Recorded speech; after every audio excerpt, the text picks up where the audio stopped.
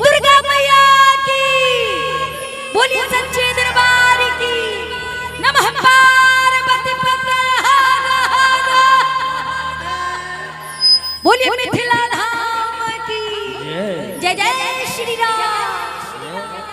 आई ओम जयंती मंगला काली,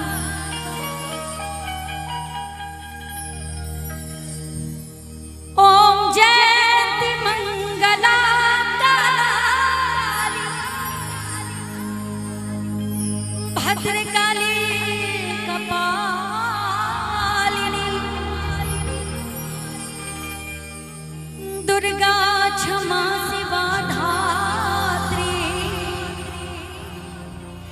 स्वधा नमस्तुते। नवरात्रि के यही पावन महीना में एगो भक्त माई के बुलौले बा। आ माई बड़ा सुंदर भाव से सज धज के जब वो भक्त के घरे जाता रही तो जितना देवी देवता लोग बस सब हैरान बा कि माई इतना सज धज के केकरा घरे जाता रही, कैसे कहता रही।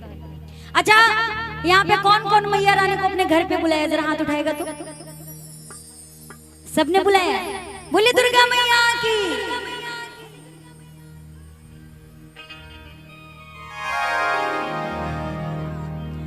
देख के हरानो बाटे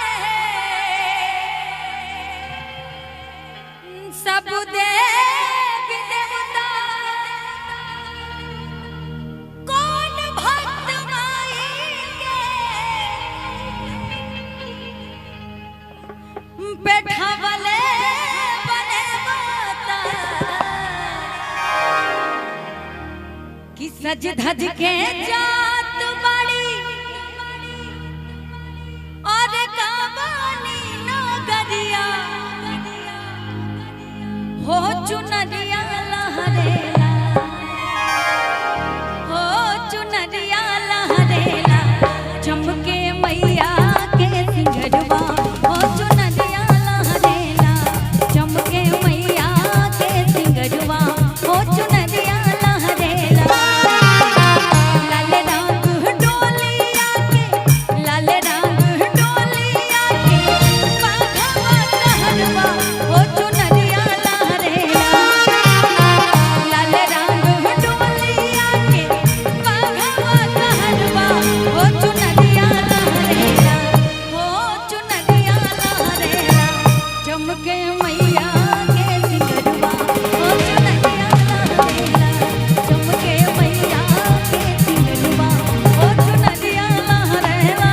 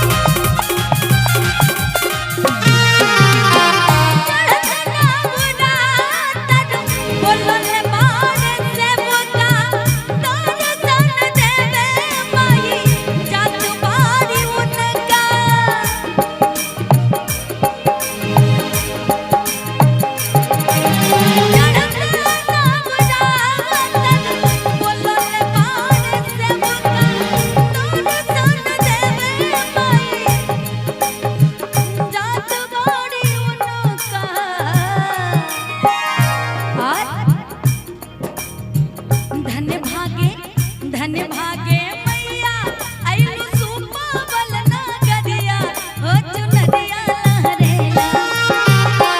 धन्य भागे मैया आइलू सोनपुर नगरिया, हो चुनरिया लहरेला, हो चुनरिया लहरेला। बोले दुर्गा मैया की। ए भैया, कोई एक लाइट उधर की तरफ नहीं हो सकती है? इधर इतने सुंदर सुंदर सब लोग आए, हमको कोई दिख ही नहीं रहा है ना? थोड़ा ये लोग भी दिखने चाहिए। बोले दुर्गा मैया की। कि धन्य भागे मैया आइलू और राघोपुर नगरिया,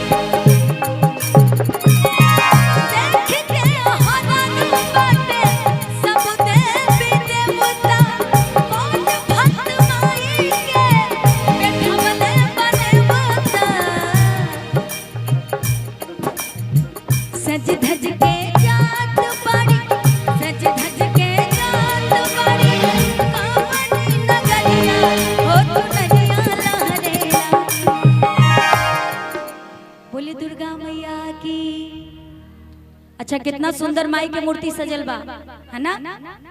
तो जे सज धज के माई जब आवेली तो कितना निमन लागेली कि सज धज के जात बड़ी और गावानी ना गरिया हो चुनरिया लहरेला, अरे हो चुनरिया लहरेला। अब तू जमके मैया के सिंगरवा हो चुनरिया लहरेला, जमके मैया के सिंगरवा हो चुनरिया लहरेला, जमके मैया के सिंगरवा हो चुनरिया लहरेला, जमके मैया के सिंगरवा हो चुनरिया लहरेला, जमके मैया के सिंगरवा हो चुनरिया लहरेला, जमके मैया के सिंगरवा हो चुनरिया लहरेला, हो चुनरिया लहरेला, हो चुनरिया लहरेला।